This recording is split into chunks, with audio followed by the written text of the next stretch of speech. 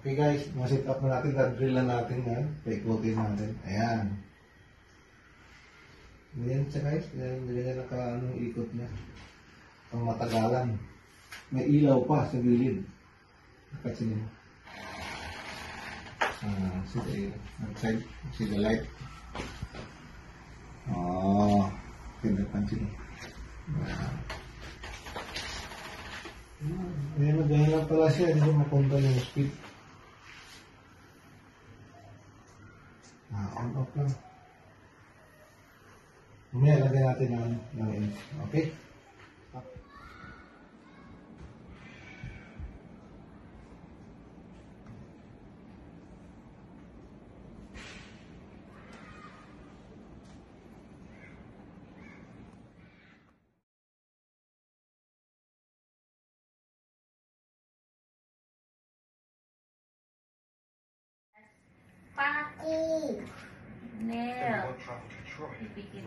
Ngayon guys, papalitan natin yung motor niya kasi pumalya na rin yung motor nito eh. Pinalitan ko ng motor to guys. Pagkatapos ng pagpalit ng motor yan, ni-rewire ko siya. Dinagdagan ko ng speed controller to. Yung 12 volts na speed controller. Para ma-adjust natin yung kanyang speed. Kasi kapag nilagyan mo ng heavy load, pag hindi siya ma-adjust ang speed, hindi siya iikot. Kaya nilagyan ko ng speed controller para mahatak niya ng malakas. Ayan. Tingnan natin yung result. Ayan, i-modify natin guys. Nilagyan ko na siya ng speed controller. Ayan, meron siyang speed controller. Pwede mo siya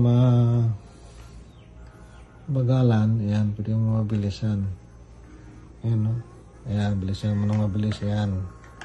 Wala mo siya. Ayan. Ayan. Ayan yung speed. Ito yung speed controller na nilagay ko. Ayan. Para meron siyang adjustment. Ayan. Yung mabilisan. Hindi mo siya mabagalan.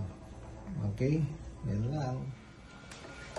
Mabilis na siya ngayon. Pwede mo siya mabagalan, pwede mo mabilisan. Ayan. Ano, bagalan mo ito. Ayan. Bagal yan. Ayan, bagal yan. Kung gusto mo bilisan, ito lang. Ayan.